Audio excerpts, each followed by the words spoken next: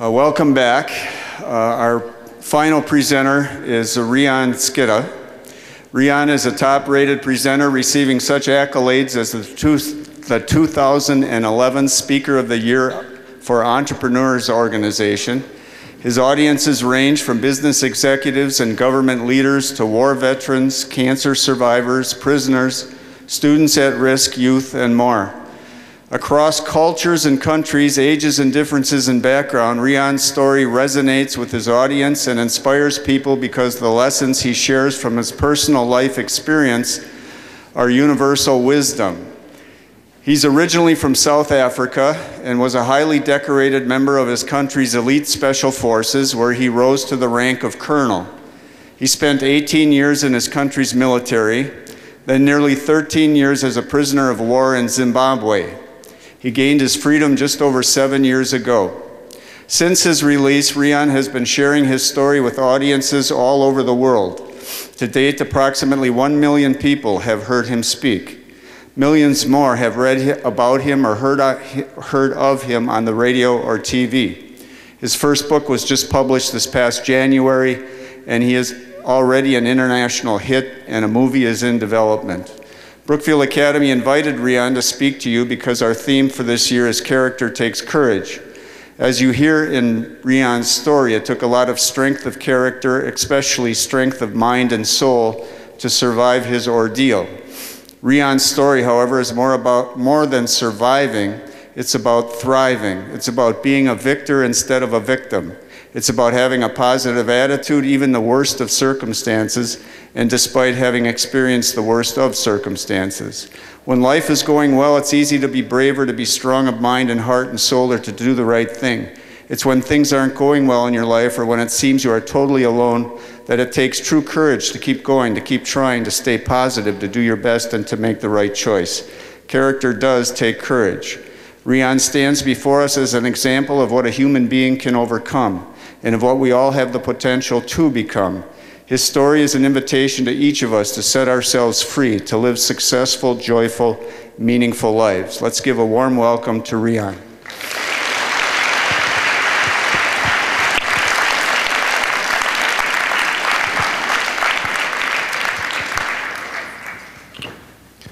Good morning.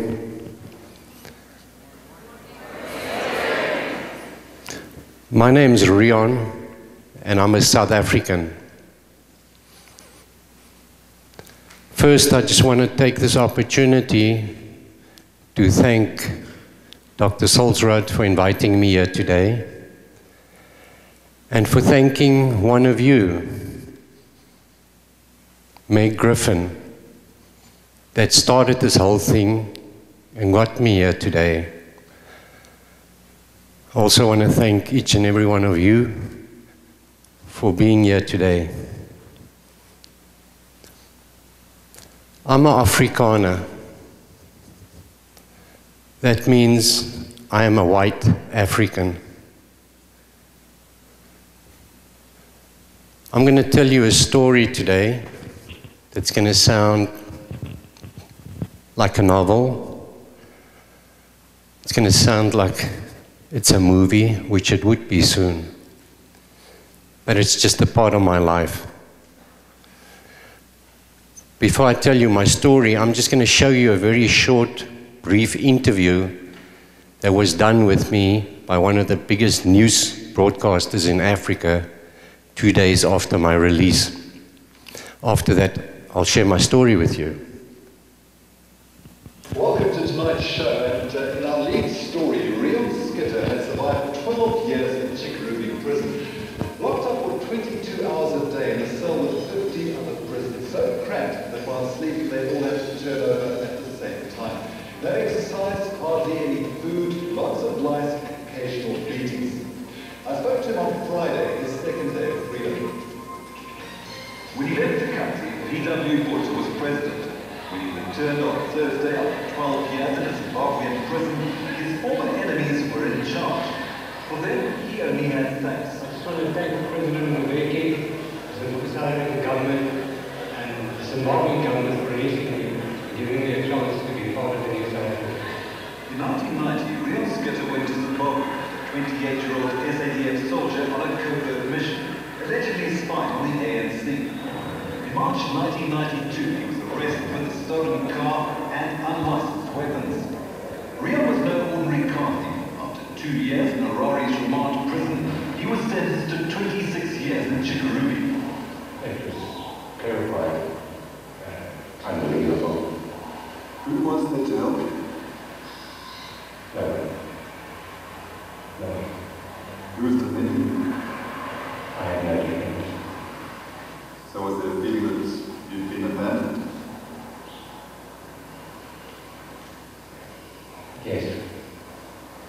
Reon, to many people, Chikurubi inspires fear, just the name itself. Can you describe that place? It's a horror house. The death rate in Chikurubi when I arrived there in 1994 was about 70 a year. When I left there, the death rate was about 10 a week.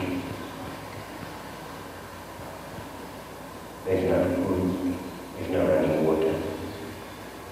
Overcrowding. So it was built with 12 people, houses of 50. We sleep on the floor. On human rights, we cannot talk about things like you've got to survive on a cup of rice, half cup of boiled vegetables a day. Does the village change? No. I got changes, but I haven't got cabbage to get nothing. 10 years into his sentence, Reon was riddled with cancer and struggling to stay alive. A support group in South Africa was lobbying for his release on humanitarian grounds. He was freed after South African President Thabo Mbeki asked his Zimbabwean counterpart Robert Mugabe to grant a presidential pardon. Reon's release has been lauded by the South African government as a victory for so-called quiet diplomacy.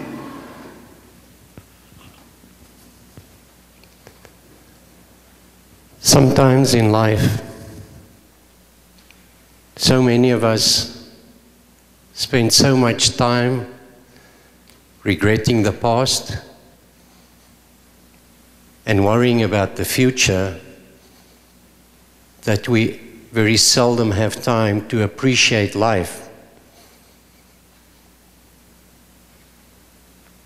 To explain to you who I am and where I come from, I'm just going to give you a brief history about my people and my country. I'm a white Afrikaner, a white African. My people are only found in South Africa. We speak a language called Afrikaans, which is only spoken in South Africa. How this came about, back in the 1600s, various countries around the world sent settlers to set up settlements on the Cape of Good Hope. The reason for that being, back then, the only sea route between the Americas and Europe was via the Cape of Good Hope. So Germany, Holland, Italy, Britain, various countries sent settlers. They set up settlements all along the coast so their ships could stop and replenish on fresh water and food. Over 150 years, these settlements started intermarrying. Italian would marry a Portuguese, a German would marry a French. The kids of those unions would marry. Over 150 years, a white tribe evolved that started speaking their own language and developing their own culture. They called themselves Afrikaners. If you translate the word Afrikaner directly into English, it means African. They started speaking a language called Afrikaans. Translate into English, it means Africa. So I'm a white African. As these people grew in number, they started having problems living in these various settlements because they felt they did not belong to those countries. They developed a culture of farming and hunting, and they started setting up little outposts outside of these settlements, more into South Africa.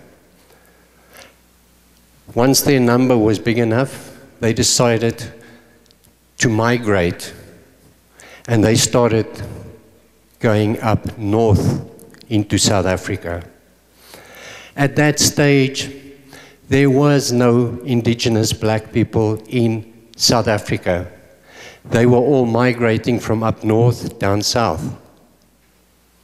The Afrikaners and the biggest tribe, black tribe in Africa, the Zulus, ran into each other in the middle of South Africa in a place called KwaZulu-Natal. And a war ensued, the Zulu War. The Zulu king and the Afrikaner leaders eventually formed a pact and decided that they were going to live together peacefully and give each other space. Unfortunately for my people, gold and diamonds were discovered in abundance. Britain immediately said, "You belong to us, that belongs to us." Now, my people are not very intelligent or highly educated people, but they are known to be very stubborn. And they said no. And what is known as the First Anglo-Boer War broke out. My people invented guerrilla warfare to beat the British. In the first war, we beat them. They came back a number of years later, more people, bigger guns. And in the Second Anglo-Boer War, 40,000 Afrikaner women and children died in British concentration camps in South Africa. We were colonized and became a colony of Britain. In 1961, Britain gave South Africa independence, and we became the Republic of South Africa. It happened to be the same year I was born, 1961. So I was born into a country at war, and I grew up in a country at war. It was a civil war that lasted for 32 years. We don't get to choose who we are born as, where we are born, into which country, nationality, culture, family. If we could, I probably would have been an Oppenheimer. But I happened to be born a white Afrikaner into a poor white family in South Africa in 1961. At the age of 6, I hunted and gathered to help feed my family. At the age of 10, I left home. When I grew up in my country, it was law that every white Afrikaner male will serve 2-year military service the day you leave school. So at the age of 16, because I was not very bright, didn't like school, I decided to leave school and join the military. I did not join the military because I had any political ideologies or views. I did not become a soldier because I wanted to kill people or I hated anybody. It was law. So at the age of 16, I entered the country and served my country for 2 years. I was proud to be a soldier. I was proud to wear my country's uniform. I was proud to be defending my country. At the age of 18, instead of leaving the military, I decided that I wanted to be a permanent soldier, a career soldier. I applied to become a Special Force soldier. And at the age of 18, I became one of South Africa's youngest Special Force soldiers in the South African Defence Force history. I served my country for another 16 years as a Special Force soldier, and I fought a guerrilla war in 13 African countries. In 1992, South Africa once again changed governments. The ANC, the African National Congress, came into power, Nelson Mandela was released, and a new era began. My government said to me, Reon, the war is over. Close up operations and come home. My final mission was to be in a neighboring country called Zimbabwe, a country that I served many, many times in before. I knew it. But what I didn't know was just how final that mission was going to be. We were betrayed. They were waiting for us. 2 of my friends were killed, and I was wounded and captured by the Zimbabwean Special Forces. In a military tribunal, I was sentenced to 26 years imprisonment as a South African spy. Now, in my mind, James Bond is a spy. I was a soldier.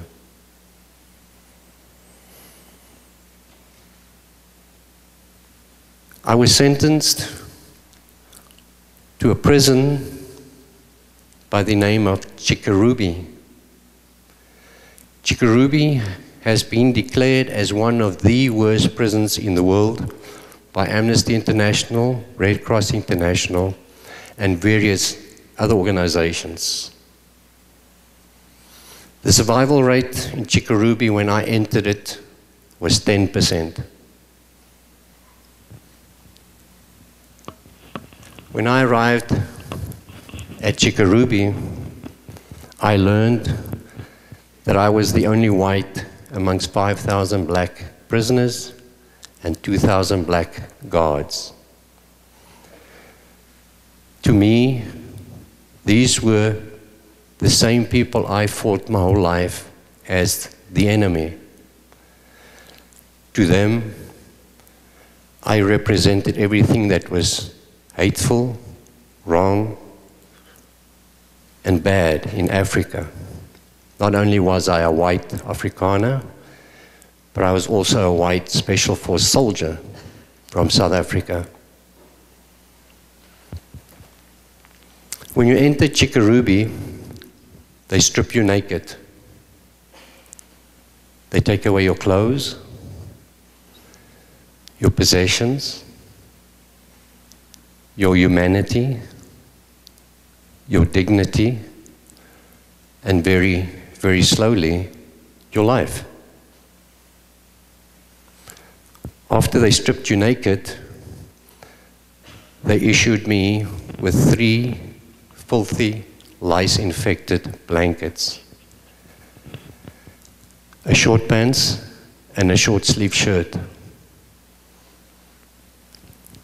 Now, I know you understand when I say to you that for the next 12 years of my life, my sole possessions was 3 filthy blankets, a short pants, and a short-sleeve shirt. But I think what you don't comprehend is when I say those were my only possessions, you assume, you think I had soap, I had a toothbrush, I had a towel, no. For 12 years, 8 months of my life, all I had was 3 filthy blankets, a short pants, and a short-sleeve shirt. They put me in a room that measures 6 by 8 meters, which I had to share with 49 other people. If you put 50 people in a room that measures 6 by 8 meters,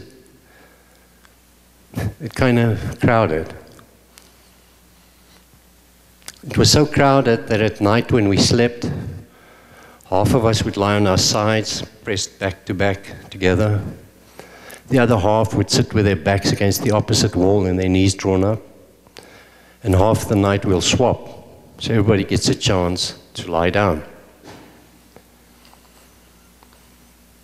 When you entered the cell, you had to leave your clothes outside. Nobody was allowed to be dressed in this room.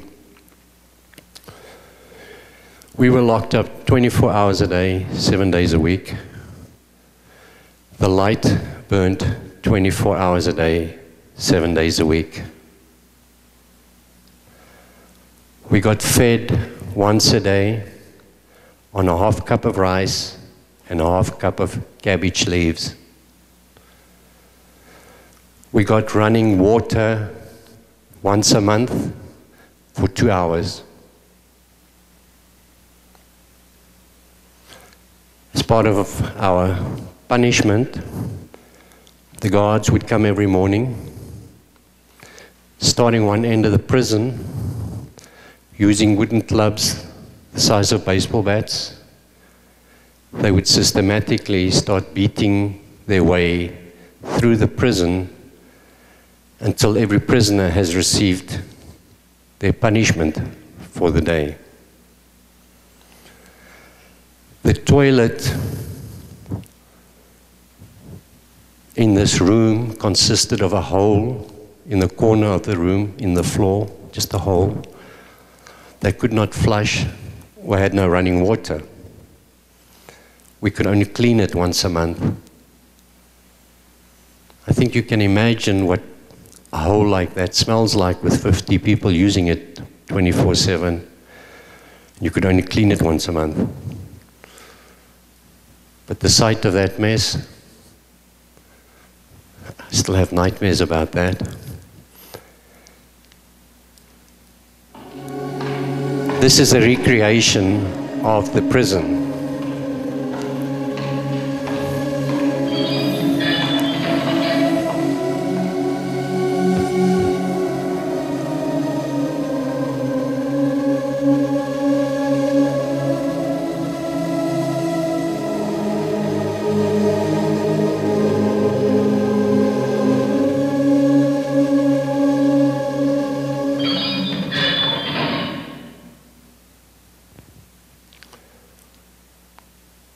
For 12 years, 8 months, I never knew when it was night or day. I never saw the moon, the stars, or the sun. Never walked on grass. I was allowed no contact with the outside world, no visits, no letters, no books. I was kept naked, locked up 24 hours a day for 12 years, 8 months.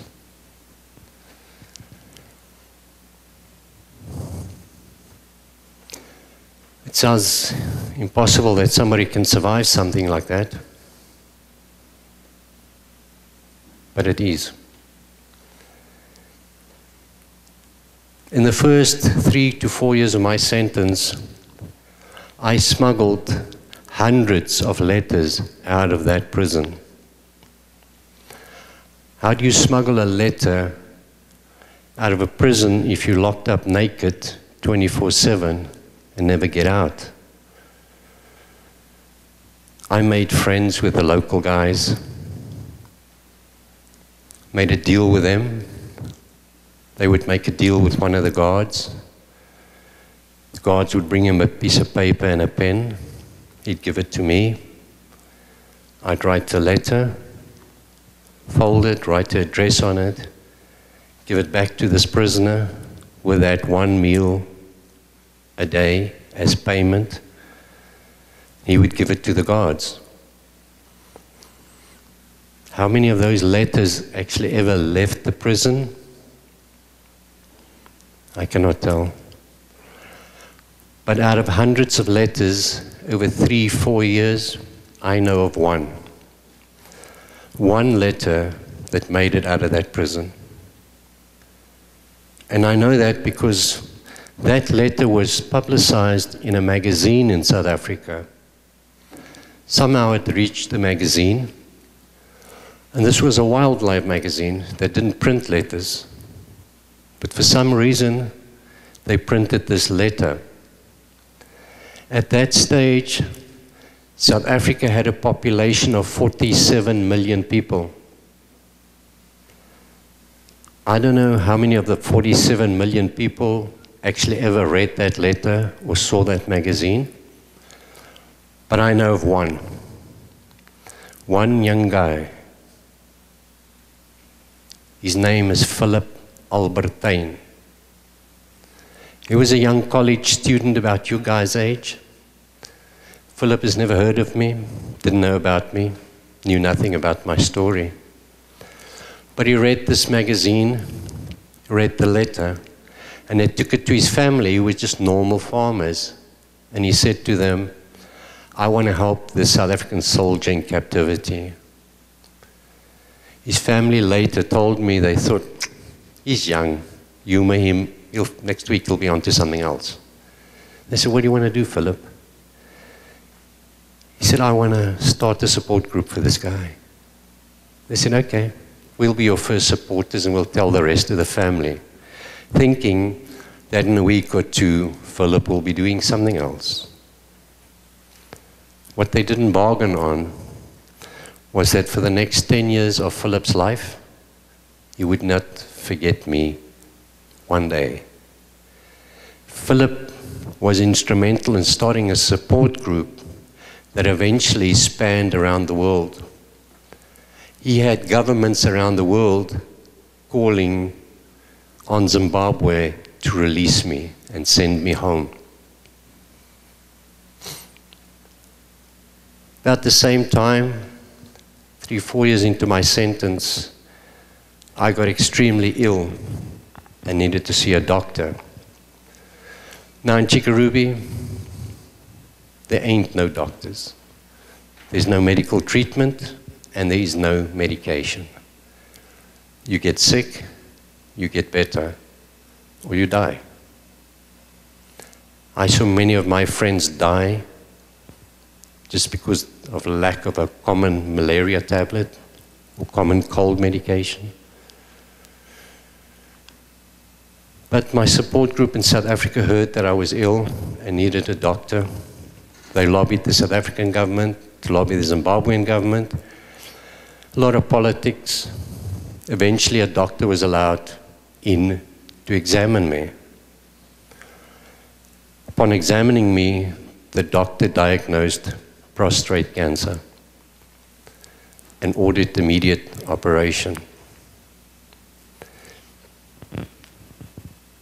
Now, if you think I was angry and bitter and full of hate those first couple of years, when that doctor diagnosed cancer, man, I was hopping mad. I cursed the whole world. I kept on saying, why me? What's happening, man? I'm a soldier. I was just doing my duty. Now you put me in prison. Now you give me cancer? Give me a break. It took my support group months of lobbying, international pressure. Eventually, permission was granted that I could go for an operation. When they took me for an operation, they would put me in handcuffs, leg irons. They would put a chain around my waist with a padlock. The other end of the chain would go around the guard's waist with a padlock. They would surround the two of us with 60 guards with AK-47 machine guns. They would put us in the middle of a military convoy and go speeding off to the hospital. By the time we got to the hospital, the military surrounded the hospital and removed all civilian population. The chains were not allowed to be opened or unlocked until I was under sedation on the operating theater table. When I woke up, I was back in chains, chained to my guard, pipes coming out everywhere, in the middle of a military convoy on my way back to prison, where they would put me back in the cell with my 49 buddies. Over the next 12 years, I went for 7 such operations as the disease spread. 12 years, 8 months into my sentence, the doctors called me in and said to me, Reon, we have a slight bit of bad news for you. Medically, there's nothing more we can do. You are terminal and have 6 months to live.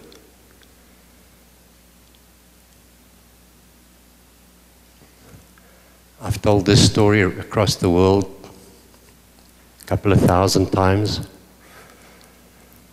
but I can never find the words to describe to you what goes through your head when doctors tell you that. I believed them.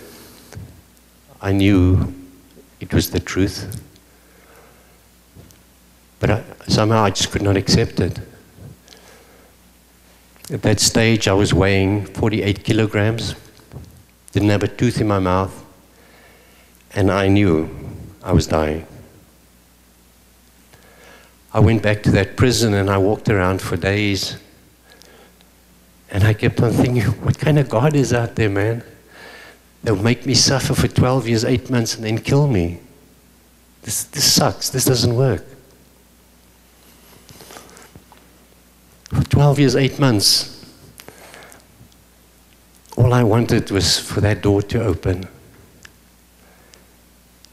All my dreams, my wishes, my prayers, every fiber in my being, all I kept on telling myself was, just hang on until that door opens, man. Even if you've got to crawl out of here. Because I always thought, you know what? If I can survive, life would never be a hassle again. If I could survive 18 years of war, 12 years, 8 months of hell, 7 operations for cancer, how can life ever be a hassle again? All I needed to do was hold on. One morning, guards opened the door and they told me to get dressed. Now, usually when they did that, it only meant one thing.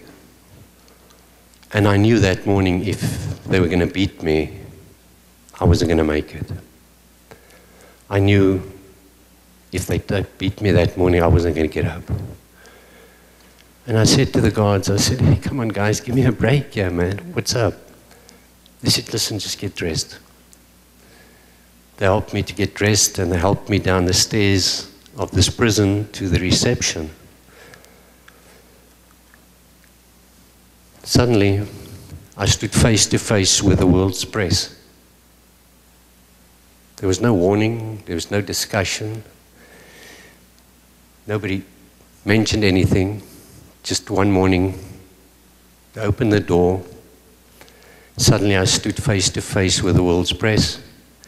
And everybody was screaming and shouting, and cameras were going off, and they were like, what does it feel like to be pardoned and going home?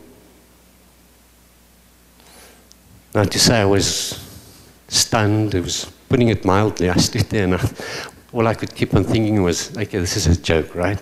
This is a dream, it's not happening. When I left South Africa the last time to cross that border in 1990, we had no laptops, internet, DVDs, CDs, cell phones in South Africa.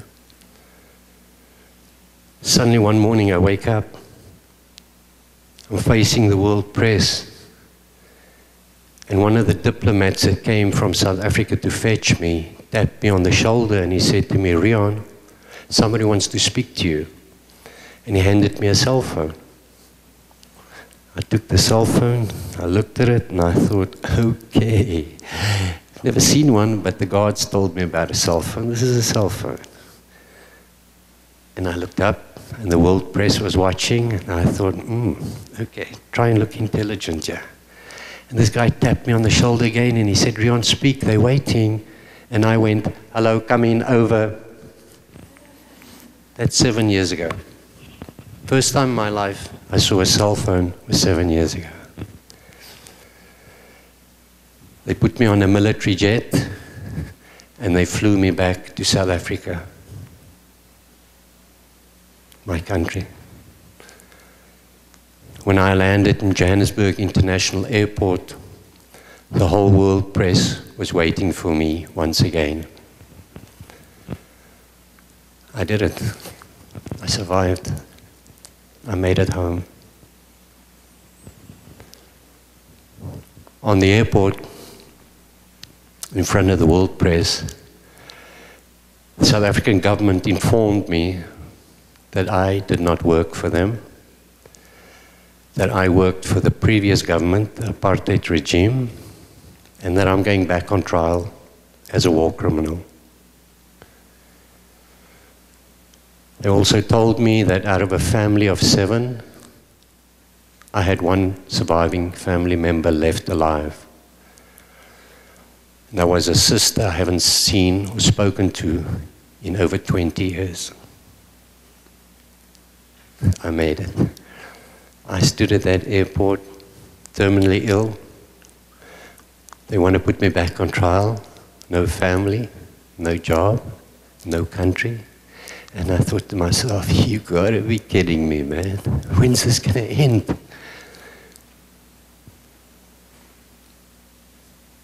Now, this sounds like a sad story. It sounds like, hey, this poor guy's really suffered. But you know what? This is probably the best story you're ever going to hear in your lives. Because where I'm standing here today, I'm the most blessed person that walks this earth. I'm the richest guy in the world. I have no hatred. I have no bitterness, no anger towards anybody in this world. I'm at peace.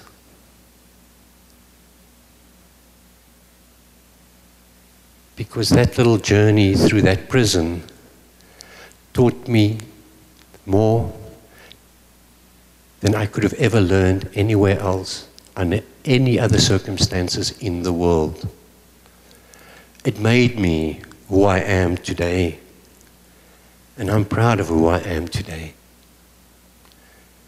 One of the biggest lessons I learned the day I landed in South Africa was that there is no there. For 12 years, 8 months, I thought, if that door can only open, if I can only survive until that door opens, I'll be okay. One morning, that door did open. Then my problems only started. Because so many times in life we think, if I can only finish high school, I'm going to be okay. Life will be good. If I can only go live in another city, in another country, if I can only get more money, another company, if I can only get there, then things are going to be okay. Life taught me there is no there. It's never the end. It's always the beginning.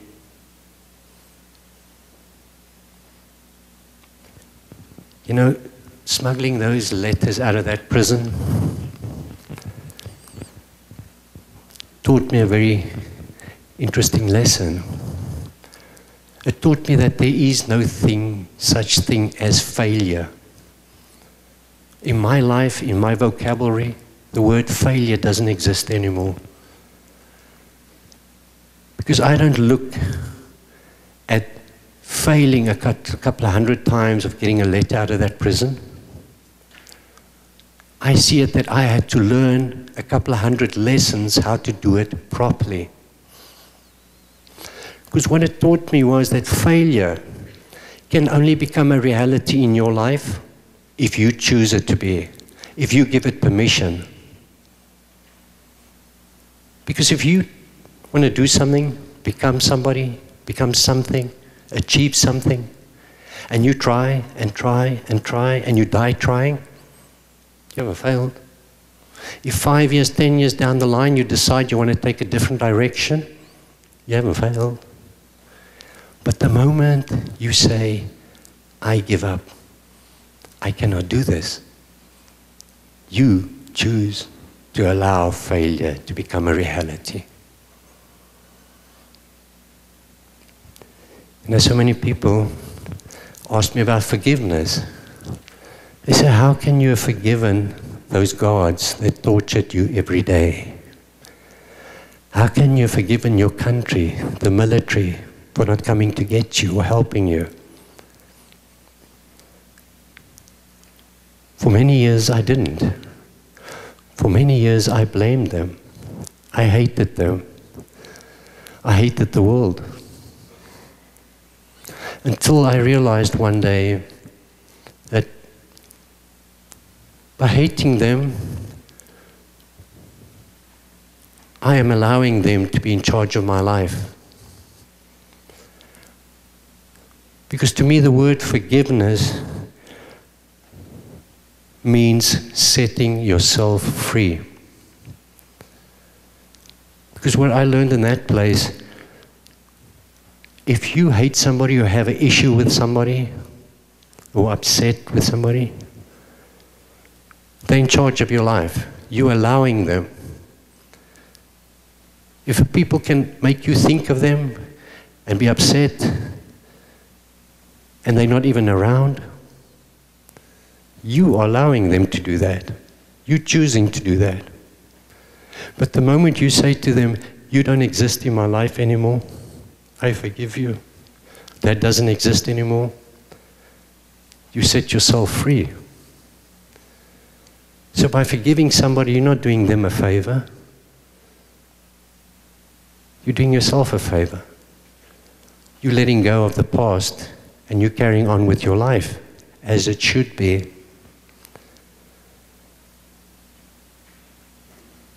Another valuable lesson I learned was when you go from 3 meals a day to half cup of rice and half cup of cabbage leaves once a day, you kind of get hungry, believe me. At first 3-4 years of my life, man, I was so hungry. I couldn't stop thinking of food every day. 24 hours a day, I just thought of food. I kept on thinking I'm going to die of hunger.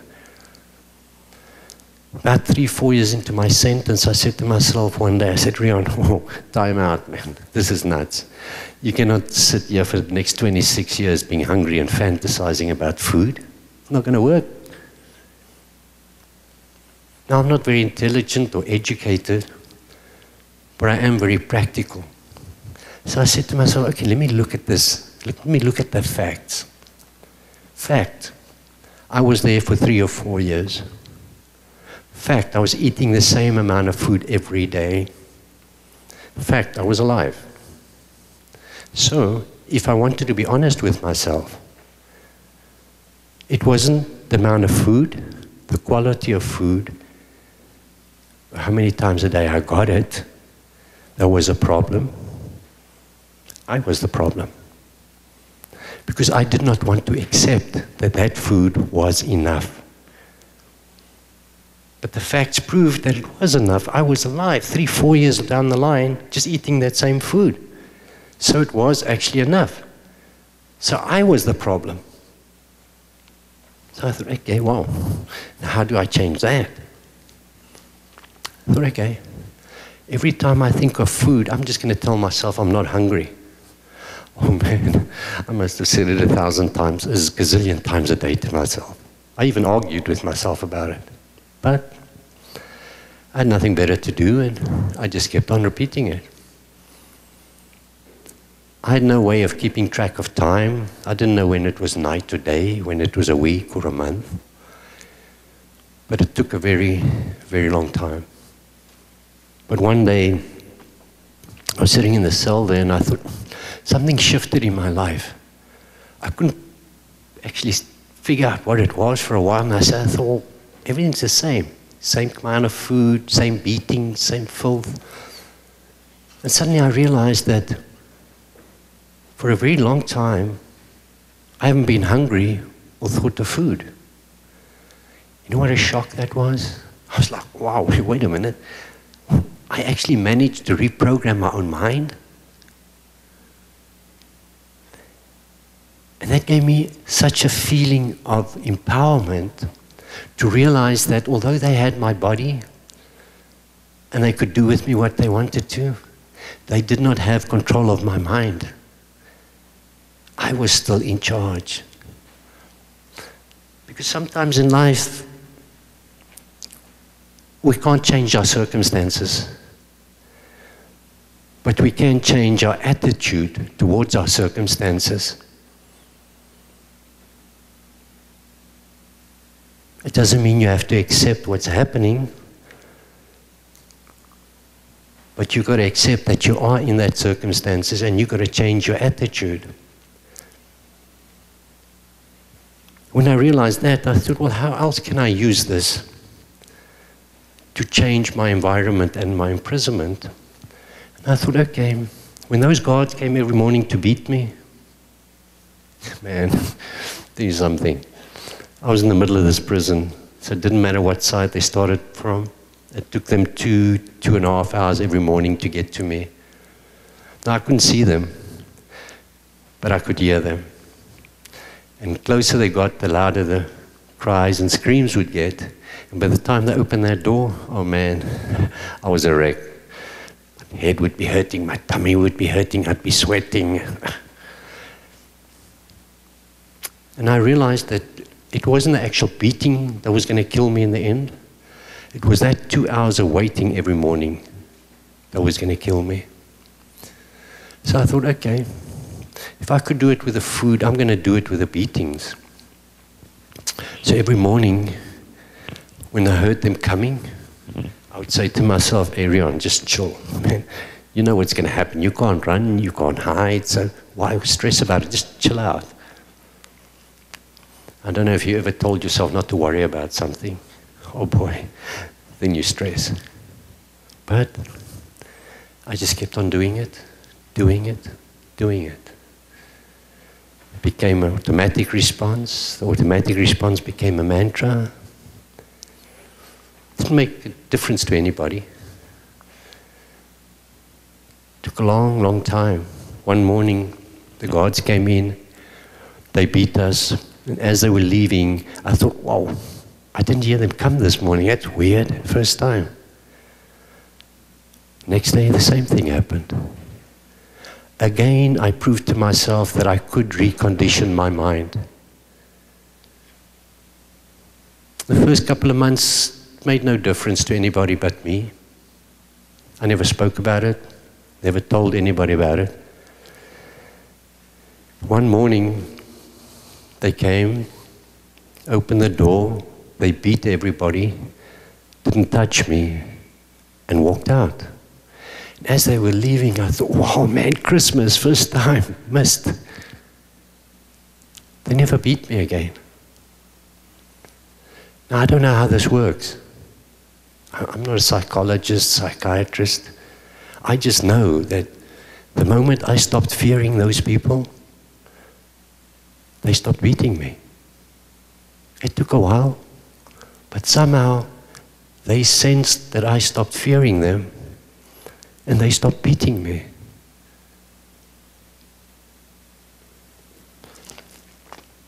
You know, the thing that drove me the most nuts in that place was that toilet.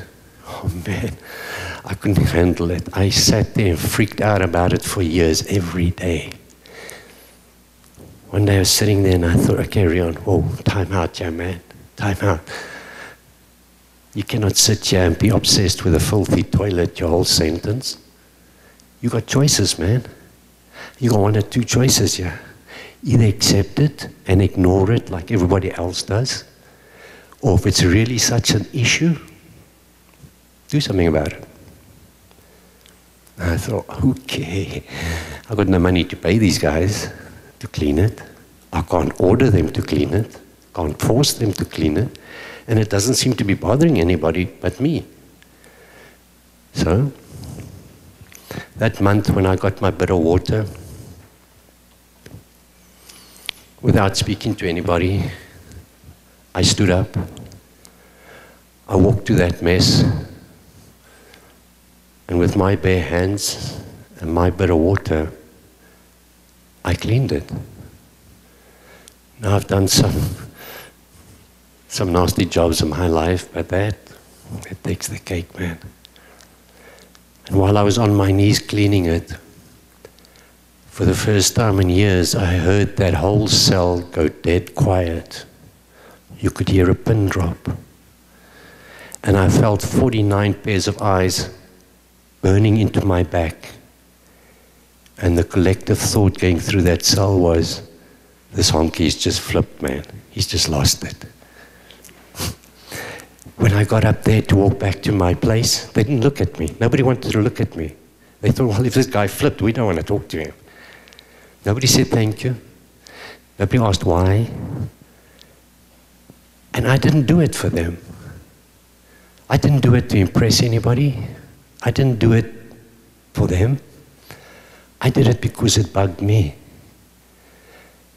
And what that taught me was, there is no better way to lead than by setting an example. I did it again and again and again. I cannot remember how many times. Nobody ever came to me and said thank you. Nobody else asked me why. I don't know how many times I did it, but one day I got up to go and clean it again, and one of the other guys got up and he said, hey, Reon, wait, I'll do it. The next month, another guy got up.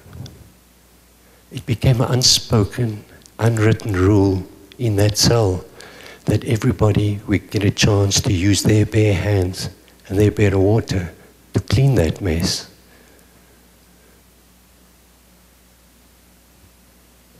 And it taught me that if you want to do something in life, you want to see change, you want to make a change, then get up and be that change. Don't wait for somebody else to do it. Why should they? But the biggest lesson I think Chikerubi ever taught me was that we are all born with a very special gift. A gift that nobody can give us, take away from us.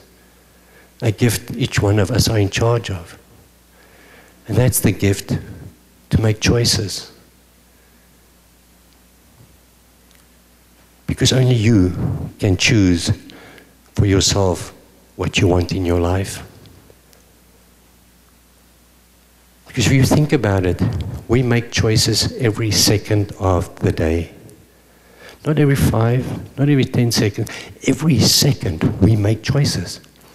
When you open your eyes in the morning, it's a choice. Are you going to stay in bed a couple of minutes more and get out immediately? You're going to get out on the left side, right side. You're going to go to the bathroom or the kitchen. It's choices. Every second of the day we make choices. But we've become so unconscious that we don't even realize we're making choices. And when we get into trouble, the first thing we say is, I didn't have a choice. Choices to me are like prayers. When we pray to God and He says yes, we say, hallelujah, man, He's alive. When He says wait, we're like, He's not listening, man. And when He says no, we say, there's no God. And the same with choices. There is no time in your life, no situation you will be faced with where you don't have a choice. The problem is, most of the time, the choices that are there for us, we don't want or we don't like, so we ignore them and say, I didn't have a choice. But believe me, you do always have a choice in life. It's not important what happens to us in life. It's how we respond to what happens to us in our lives that is important. A very wise man, Khalil Gibran, once said, I cried because I had no shoes until I saw a man who had no feet. When I look at you today, amongst you here are sitting future leaders, political, future presidents. You are the future. And you've got to realize that it's in your hands. No matter what situations you face, what you may go through in life, you can choose what you want to do with that and how you're going to respond to what happens to you. Because if a guy like me that comes from nowhere, that is nothing, can survive all that, and today travel the world, inspiring people. A book has just been written about my life. They're making a movie about my life. If I can do it, how much more can each one of you sitting here today achieve in your lives? You just got to realize that you are responsible for the choices you make. And sometimes you're even responsible for not making that choice. Somebody once said, a fool learns from his mistakes, but a wise man learns from a fool's mistakes. I've been a fool for 51 years. You guys want to go to Chikurubi and learn what I learned? Thank you for listening. If there's any questions, please feel free to ask me. Thank you.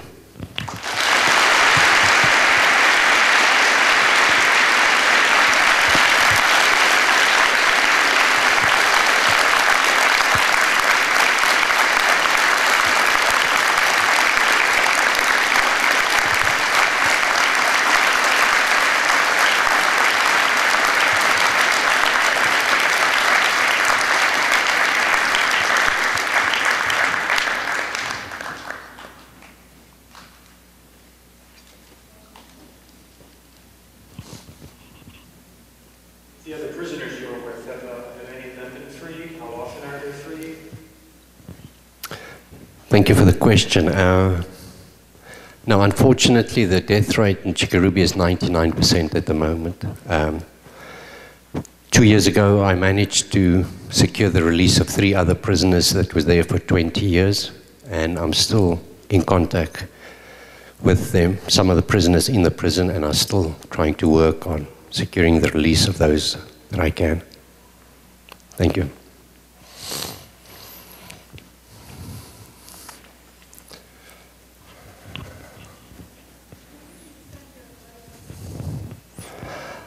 Thank you for the question. Who did I send my letters to?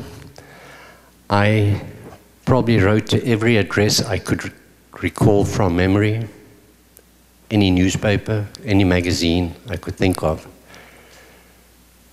One of them made it. Thank you.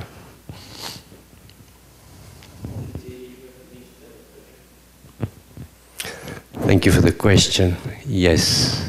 Philip was at the airport the day I arrived back in South Africa. We meet once a year somewhere in the world and backpack together. I just spent a week with him in Africa 2 weeks ago. We speak on Skype often. So yes, I'm very much in contact, and he became a great close friend of mine. Thank you.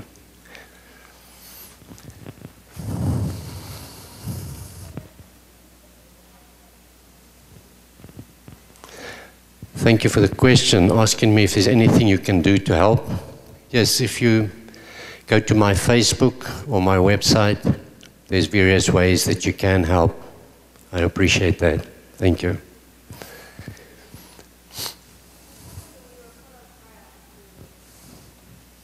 Thank you for that question. I was given the option of appearing in front of what is called the Truth Commission in South Africa.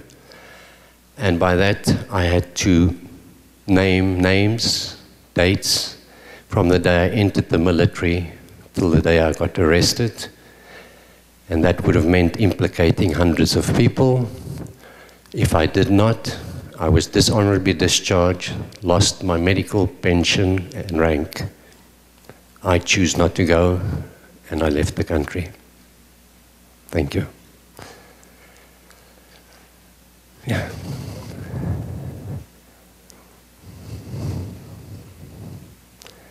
I was adapting to life after the prison. It's difficult. It's been 7 years. I still have not fully adapted back to society, and I don't think I ever will. But I'm blessed to be back. And we all have issues to deal with. Thank you. Yes.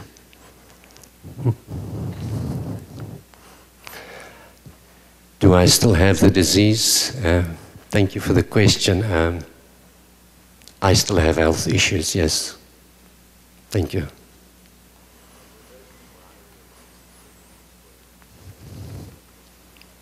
Was there camaraderie amongst the prisoners? Yeah, good question. In the beginning, obviously not. It's an all-male prison, a lot of violence. But yes, when I walked into that prison in 1990, I was probably the most, no, not probably, I was the most hated and reviled prisoner amongst them. 13 years later, when I walked out of there wasn't a prisoner or a guard that didn't cry because I made it out alive. So eventually, yes, we did manage to get that going. You do not live 13 years naked, cheek by cheek to another man and not make friends and close friends. Thank you. Yes.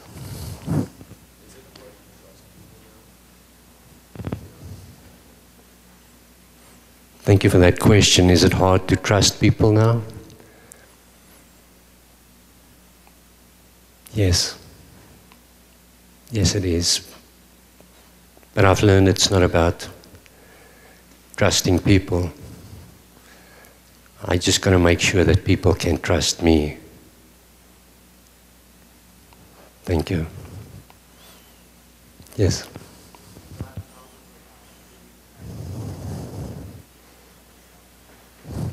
Thank you for the question. How did I feel leaving behind the other 49 people in that room?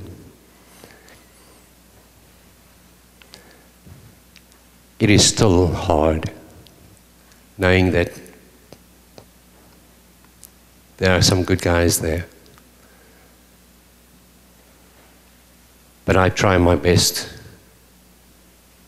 to do what I can for them. Thank you.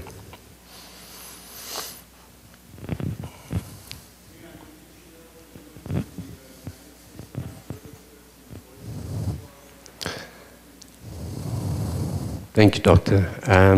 Yes, I was just invited by the United States military to work with their returning war veterans from Iraq and Afghanistan.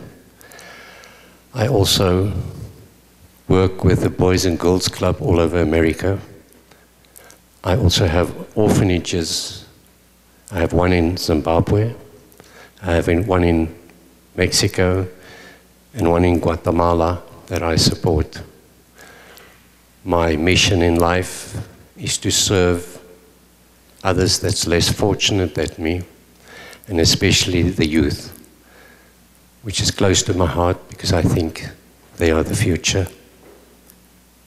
And I try and give back more than I get out of life. It gives me great pleasure. Thank you. Thank you for listening.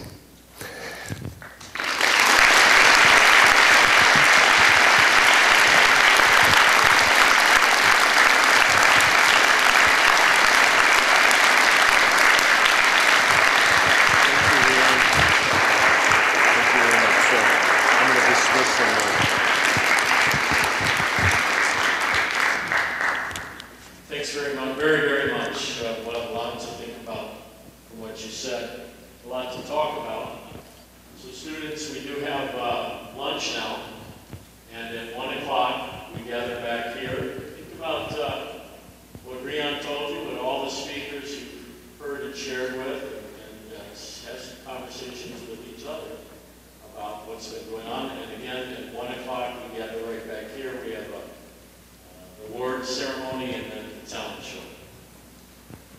Excuse me, I forgot to tell you, my book is available. If you want, there's a sign-up sheet over there. You sign up, the school will then order the books in bulk and distribute it to you. So if you want, just sign up and you can have a copy of my book. Thank you. Thank you. All right.